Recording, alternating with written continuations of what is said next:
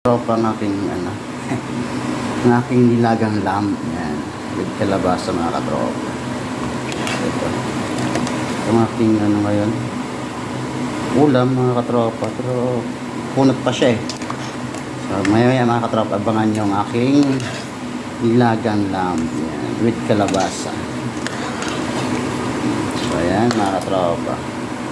So ayan mga katropa, luto na siya mga katropa. Yan.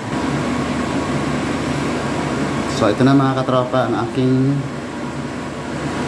nilagang lamb. Yan. Ito na siya mga katropa. So bali ito mga katropa, bibigay ko dun sa kay Ate Mary sa kadama na gusto rin kumain ng nilaga kong lamb. Yan. With kalabasa. Yan. Thank you so much mga katropa. So bye bye mga katropa. Shout out everyone. Itong aking ulam.